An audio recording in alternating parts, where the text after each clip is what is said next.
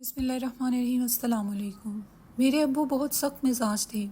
امی سے شادی کے بعد بھی انہیں کوئی تبدیلی نہیں آئی، جبکہ میری امی بہت پیار کرنے والی خاتون تھی۔ میرے والد صاحب خود پسند انسان تھے جنہیں صرف خود سے محبت تھی، لیکن جب میں پیدا ہوئی تو انہوں نے بہت خوشی کا اظہار کیا۔ سب بہت خوش تھے۔ میں 2 سال کی تھی جب امی جان کا انتقال ہو گیا۔ ابو نے فوراً دوسری شادی کر کے گھر بسا لیا۔ میری پرورش دادی نے کی۔ سوتیلے بہن بھائی دنیا میں آئے تو ابو مجھ سے دور ہو گئے۔ مجھے کبھی بھی پیار نہ کرتے اور نہ ہی پاس بلاتے، جیسے میں ان کی اولاد ہی نہ تھی۔ والد کے اس رویے سے میرے دل کو ٹھیس لگتی۔ میں احساس کمتری کا شکار ہو گئی۔ ان حالات میں صرف دادی کی کوٹری میں سکون ملتا تھا۔ مجھے جیسے چپ لگ گئی، نہ کسی سے بات کرتی، نہ ہی کہیں آتی جاتی۔ گھر میں جب بھی مہمان آتے تو چھپ جاتی، حتیٰ کہ ہم عمر بچوں کے ساتھ کھیلنا بھی بھول گئی۔ ابو کا مجھے اسکول بھیجنے کا کوئی ارادہ نہ تھا۔ دادی کے اصرار پر والد نے اسکول میں داخل کروا دیا۔ ہوش سنبھالتے ہی گھر کا کام میرے ذمے ہو گیا۔ اسکول سے آتے ہی کام میں لگ جاتی، رات گئے کچن سے فارغ ہوتی، تب اسکول کا ہوم ورک کرنے بیٹھتی، لیکن میں ہر سال امتیازی نمبروں سے پاس ہو جاتی تھی۔ میری نہ کوئی سہیلی تھی اور نہ ہی کوئی غم گسار۔ سوتیلی ماں چاہتی تھی کہ مجھے اسکول سے نکال لیں، مگر دادی ایسا نہ ہونے دیتی تھی۔ انٹر کا امتحان دیا تو ابو سے ضد کی BA کرنے دیں۔ پہلے ان سے کبھی کوئی آرزو نہ کی تھی، وہ تو راضی ہو گئے، لیکن سوتیلی ماں نے ہنگامہ برپا کر دیا کہ اس گھر میں یہ لڑکی رہے گی یا میں رہوں گی۔ بیوی کو تو نکال نہیں سکتے تھے، مجبوراً مجھے خالہ کے گھر چھوڑ کے آ گئے۔ میرے جانے کا دادی کو اتنا صدمہ ہوا کہ وہ شدید بیمار ہو گئیں اور آخر کار اس دنیا سے چل بسیں۔ مجھے ان کے آخری دیدار کرنے کے لیے بھی نہیں بلایا گیا۔ جب کسی نے مجھے بتایا کہ تمہاری دادی مر گئی ہیں تو دکھ سے میں بیمار پڑ گئی۔ جس گھر میں رہتی تھی وہ میری سگی خالہ نہ تھی، بلکہ ابو کی خالہ ذات تھی، جس کے پاس مجھے رکھا گیا تھا۔ اس عورت نے اپنا رویہ مجھ سے بہت خراب کر لیا اور میرا علاج نہ کروایا، بلکہ آنے جانے والوں کو کہنا شروع کر دیا کہ ملائکہ کو TB ہو گئی ہے۔ تبھی بھائی جان میرے پاس چھوڑ گئے ہیں تاکہ ان کے بچوں کو یہ مرض لاحق نہ ہو۔ حالانکہ مجھے صرف بخار ہوا تھا جو خالہ کی لاپرواہی سے بعد میں ٹائیفائڈ کی شکل اختیار کر گیا تھا۔ میں بہت کمزور ہو گئی تھی، کمر میں اتنا درد ہوتا تھا کہ بیٹھ بھی نہیں سکتی تھی۔ ہر وقت حرارت رہنے لگی تھی، بغیر کھائے پیے بستر پر پڑی رہتی، نہ کوئی حال پوچھتا اور نہ ہی کوئی پرواہ کرتا، لیکن ہر ایک کا اللہ والی ہے۔ ایک روز خالہ کسی کام سے گھر سے باہر گئیں تو ان کی غیر موجودگی میں کوئی خاتون آ گئیں۔ یہ خالہ کی کوئی ملنے والی تھی۔ مجھے لاغر پڑا دیکھ کر میرے پاس آ بیٹھی اور ہمدردی کرنے لگی۔ تب میں نے ان سے کہا کہ آنٹی مجھ پر ایک احسان کر دیں، صرف 10 روپے دے دیں۔ انہوں نے پوچھا کیوں مانگ رہی ہو بیٹا؟ آنٹی کمر بہت درد ہے، 2 گولیاں منگوانی ہیں۔ کہنے لگی میں ابھی لا کر دیتی ہوں خود۔ انہوں نے درد دور کرنے والی گولیاں لا کر دیں اور مجھے گھر سے دودھ بھی گرم کر کے دیا۔ جب میں نے دودھ کے ساتھ وہ گولیاں لیں تو میرا درد کچھ کم ہوا اور میں بیٹھنے کے قابل ہوئی۔ اب یہ آنٹی روز آنے لگی۔ وہ میری خیر خبر لینے آتی تھیں، مگر خالہ پر بات ظاہر نہیں کرتی تھیں۔ انہوں نے مجھے ٹائیفائڈ کی بخار کی دوائی بھی لا کر دی۔ خدا نے ان کے ہاتھ سے شفا بخشی اور کچھ دنوں بعد میری طبیعت سنبھلنے لگی۔ اب میں نے خالہ کا گھر چھوڑنے کا فیصلہ کر لیا۔ خالہ کو کہا کہ اجازت دیں، میں آپ کے پاس نہیں رہنا چاہتی۔ وہ بولی تم کہاں جاؤ گی؟ اپنے والد کے گھر چلی جاؤ گی؟ میں نے کہا جی ہاں، میں اپنے والد کے گھر جاؤں گی۔ میں نے ان سے جھوٹ بولا، انہوں نے بھی مجھے روکنے کی کوشش نہیں کی۔ جذبات میں خالہ کے گھر سے نکل تو آئی، لیکن اب بہت پریشان تھی، کہاں جاؤں؟ میری ایک سہیلی ارج تھی، ہم نے میٹرک ساتھ ہی کیا تھا۔ آج بے سر و سامانی میں مجھے وہ یاد آ گئی۔ میں اس کے گھر چلی گئی۔ ارج کی ماں نے مجھے بتایا کہ اس کی شادی ہو گئی ہے اور وہ راول پنڈی میں رہتی ہے۔ اس کی امی سے ریچ کا فون نمبر لیا، PCO سے جا کر اسے فون کیا اور مختصر اپنی کہانی بتا کر کہا تمہارے پاس آنا چاہتی ہوں۔ اس نے جواب دیا فوراً آ جاؤ۔ جب میں ٹرین میں بیٹھی تو میرے پاس ٹکٹ کے پیسے نہ تھے، کانوں میں سونے کی بالیاں تھیں، یہ میری پیاری دادی کی نشانی تھی۔ سوچا اگر ٹکٹ چیک کرنے ٹکٹ مانگا تو یہ بالیاں اٹھا کر اسے دے دوں گی۔ نہ سمجھی کہ عمر تھی، بنا سوچے سمجھے ٹرین میں سوار ہو گئی تھی، لیکن اللہ بڑا کریم ہے اور وہی حفاظت کرنے والا ہے۔ راستے میں صرف ایک بار چیک کر آیا اور اس نے مجھ سے ٹکٹ طلب نہیں کیا۔ یوں میں راول پنڈی پہنچ گئی۔ اسٹیشن سے ارج کو فون کیا، وہ لینے آئی ہوئی تھی۔ اس نے میرا استقبال انتہائی گرم جوشی سے کیا۔ راستے بھر کا خوف پل بھر میں دور ہو گیا۔ میں نے گھر پہنچ کر بے حد سکون محسوس کیا اور جو اندیشے مجھے ڈرا رہے تھے وہ ختم ہو گئے۔ میری سہیلی اور اس کے شوہر نے کڑے وقت میں سہارا دے کر انسانیت کی لاج رکھ لی اور مجھے در در بھٹکنے سے بچا لیا، ورنہ نہ جانے میں کہاں بھٹکتی رہتی اور میرا کیا انجام ہوتا۔ ایریج ایک آفس میں جاب کرتی تھی، یہ کسی NGO کا آفس تھا۔ اس نے مجھے بھی ٹریننگ کے لیے بھجوا دیا کیونکہ ان کا ایک ٹریننگ سینٹر بھی تھا۔ بس کا کرایہ بچانے کی خاطر میں پیدل سفر کرتی تھی۔ اللہ کی مہربانی سے ٹریننگ مکمل کر لی۔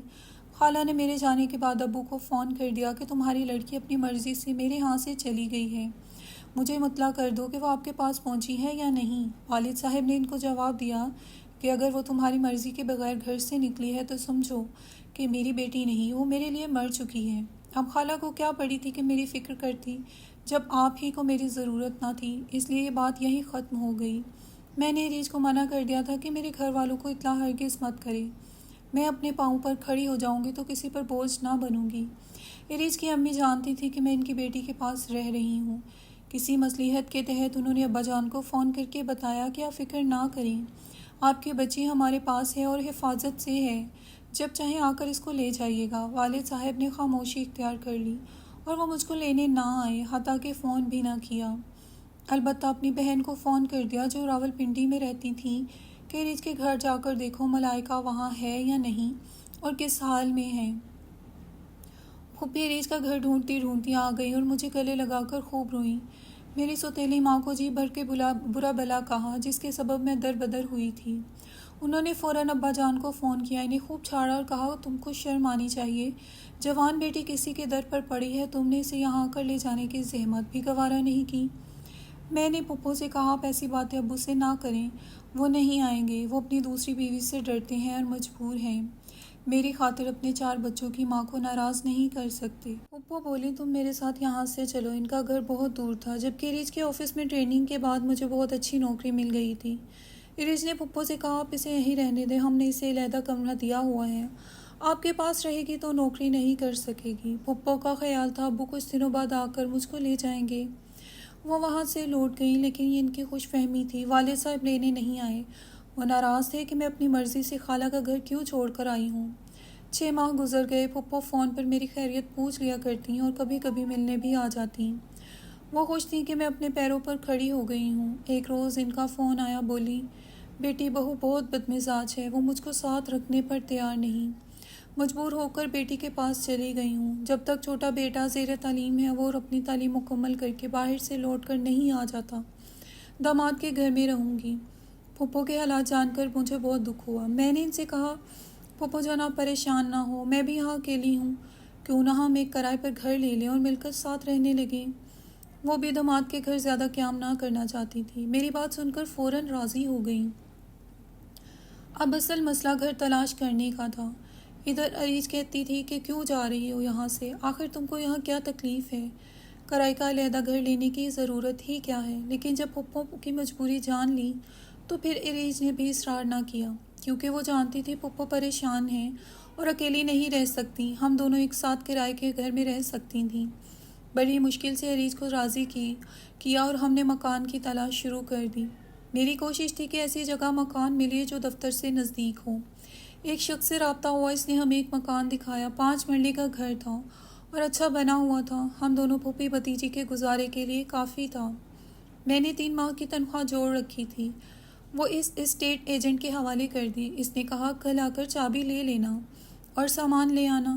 ہمارے پاس سامان کہاں تھا، کچھ بھی تو نہ تھا۔ اگلے روز ہم ایجنٹ کے پاس گئے، اس نے چابی دے دی اور ہم مکان کھول کر صفائی ستھرائی میں لگ گئے۔ ابھی ایک ہی دن گزرا تھا کہ اچانک ایک شخص آیا اور اس نے آ کر کہا محترمہ آپ کو کس نے میرے گھر رہنے کی اجازت دی ہے؟ یہ میرا مکان ہے اور میں نے کسی کو ایسے کرائے پر چڑھانے کے لیے نہیں کہا، میں سعودی عرب میں ملازمت کرتا ہوں اور جب پاکستان آتا ہوں تو اپنے ہی مکان میں قیام کرتا ہوں، اب میں 1 ماہ کی چھٹی کے لیے آیا ہوں اور یہ میرا گھر ہے۔ ہم نے اسے بتایا کہ اسٹیٹ ایجنٹ سے چابی لی ہے اور 3 ماہ کا ایڈوانس کرایہ بھی دیا ہے، آپ جا کر اس کے ساتھ بات کر لیں۔ وہ شخص جس کا نام داؤد تھا اسٹیٹ ایجنٹ کے پاس گیا تو ایجنٹ نے اس کو بتایا کہ دلاور نامی آدمی میرے پاس آیا تھا، اس نے کہا یہ مکان میرے بھائی کا ہے، ہم کرائے پر دینا چاہتے ہیں، اس نے ایڈوانس لیا اور چابی بھی دی ہے۔ داؤد بولا اچھا اب بات میری سمجھ میں آ گئی ہے، یہ کارستانی میرے بھائی کی ہے، چابی ضرور اس کے پاس تھی مگر مکان میرا ہے اور کرائے پر نہیں اٹھایا تھا۔ محض گھر کی دیکھ بھال اور صفائی ستھرائی کی خاطر میں نے اسے اپنے مکان کی چابی دے رکھی تھی۔ بہرحال یہ ہمارا آپس کا معاملہ ہے، میں خواتین کو پریشان نہیں کروں گا۔ داؤد سے ہم آ کر بات کی، کہنے لگا میں آپ لوگوں کو 1 ہفتہ کی مہلت دے سکتا ہوں، آپ کوئی دوسرا گھر دیکھ لیں اور میرا مکان خالی کر دیں۔ میں آپ کا ایڈوانس کرایہ تو واپس نہیں کر سکتا کیونکہ میرے بھائی نے آپ لوگوں سے دھوکہ کیا ہے، آپ اپنی رقم اس سے جا کر وصول کر لیں۔ یہ سن کر پھپھو بہت پریشان ہو گئی اور میں بے ساختہ رونے لگی۔ مجھ کو روتا دیکھ کر اس شخص کے دل میں رحم آ گیا۔ اس نے کہا اچھا آپ روئیے نہیں، رقم میں خود اس سے آپ کو دلوا دوں گا، لیکن مکان تو آپ کو خالی کرنا ہی ہوگا کیونکہ میں خود اس میں رہنے کے لیے آیا ہوں۔ جب میں نے رونا بند نہ کیا تو اس نے کہا آپ کا کوئی مسئلہ ہے تو مجھے بتائیے، شاید میں آپ کی کچھ مدد کر سکوں۔ تبھی پھپھو نے داؤد کو میرے اور اپنے بارے میں تمام حالات بتا دیے۔ داؤد کو ہمارے حالات جان کر بہت افسوس ہوا۔ وہ بولا آپ سے مدد کا وعدہ کیا ہے اس لیے وعدے پر قائم رہوں گا۔ مجھے یوں بھی سعودی عرب واپس جانا ہے، چند دنوں کی چھٹی پر آیا ہوں۔ اگر آپ بھروسہ کرو میں چھٹی کا 1 ماہ یہاں گزار لوں، باہر والا ایک کمرہ میرے قبضے میں رہے گا، باقی گھر میں آپ رہ سکتی ہیں۔ یوں بھی میرے بعد گھر بند پڑا رہتا ہے، آپ رہیں گی تو دیکھ بھال رہے گی۔ یہ سن کر ہم دونوں کو سکون آ گیا کیونکہ بے گھری بری شے ہوتی ہے اور یہ ہم دونوں اچھی طرح جانتی تھیں۔ اس نیک آدمی نے ہم پر بھروسہ کیا، بغیر کسی واقفیت کے گھر ہمارے حوالے کیا۔ تاہم ارج اور اس کے خاوند سے مل لیا اور انہوں نے ہماری ضمانت دی۔ ہم سکون سے سال بھر اسی گھر میں قیام پذیر رہے۔ داؤد اور امیر آدمی تھا، اس نے ہم سے کبھی کرایہ بھی نہ لیا۔ البتہ اس مرتبہ جب وہ آیا تو اس نے پھپھو جان سے اپنا مدعا بیان کیا۔ کہنے لگا کہ میری بیوی کچھ عرصہ قبل انتقال کر چکی ہے، میری کوئی اولاد بھی نہیں ہے اور میں گھر بسانا چاہتا ہوں۔ اگر آپ کو اعتراض نہ ہو تو آپ کی بھتیجی کا ہاتھ مانگنے کی جسارت کرتا ہوں۔ یہ ان کو مناسب رشتہ بھی مل جائے گا اور میرا گھر بھی آباد ہو جائے گا۔ میں یقین دلاتا ہوں میں آپ کی بھتیجی کو سکھی رکھوں گا۔ پھپھو نے جواب دیا کہ اصل میں اپنے چھوٹے بیٹے کے انتظار میں ہوں، چاہتی ہوں وہ تعلیم مکمل کر کے لوٹ آئے اور ملائکہ کا نکاح اس کے ساتھ کر دوں۔ داؤد کہنے لگا آپ کے بیٹے کو برطانیہ گئے 5 برس ہو گئے ہیں، میرا خیال نہیں ہے کہ وہ آپ کے کہنے سے شادی کرے گا۔ آپ فون کر لیں، اس سے مشورہ کر لیں، اگر وہ آپ کی مرضی اور پسند سے شادی کا خواہش مند ہے تو بے شک بہو بنا لیجیے، مجھے کوئی اعتراض نہ ہوگا۔ بصورت دیگر میرا رشتہ ضرور قبول کر لیجیے گا۔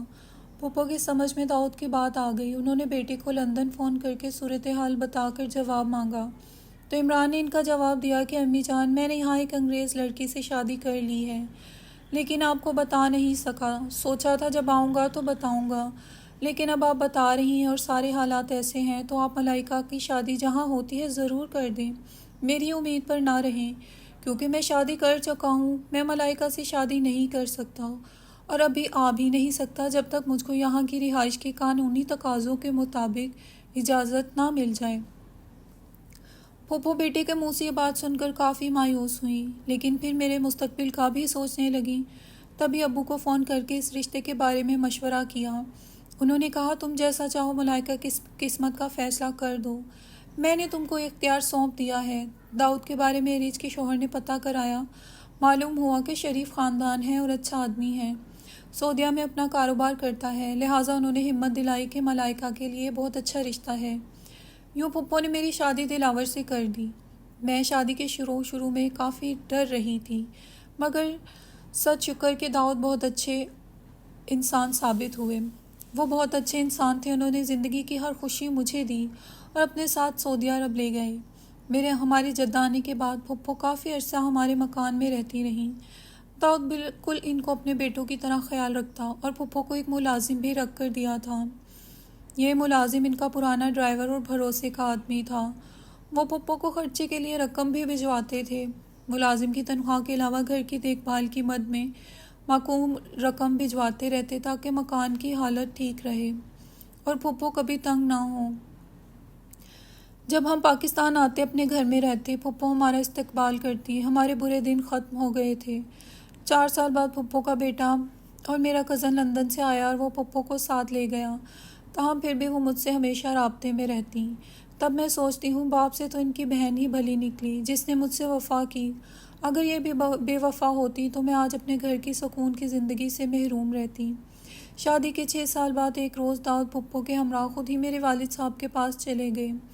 میرے والد اب کافی بوڑھے ہو چکے تھے اور ان کی طبیعت بھی ناساز رہتی تھی۔ جب میں ان کے سامنے گئی تو والد صاحب نے مجھے گلے لگایا۔ میں نے بھی باپ کا رتبہ جان کر انہیں معاف کر دیا، لیکن جو مجھ پر گزری وہ تو گزر گئی۔ پھر بھی اللہ کا شکر ادا کرتی ہوں کہ برے وقت میں اچھے لوگ ملے جن کے خلوص نے مجھے زندگی عطا کی۔